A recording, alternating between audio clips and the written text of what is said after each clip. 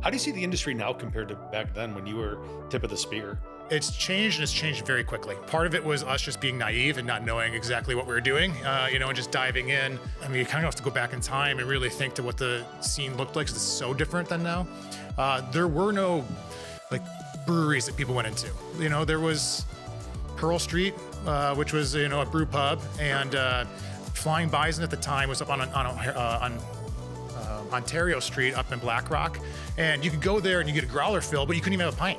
So there was no local brewery to go get a pint at. And so when you think like where we are to today, where we're gonna have 65 breweries in the greater Buffalo area. Wow, that's the count. I was gonna ask you. Interesting. It's just the popularity of what a craft brewery is, but what the experience it means to be at. I mean, when we opened, we had hot pretzels and bags of chips, and my mom in the back like cutting little pieces of cheese.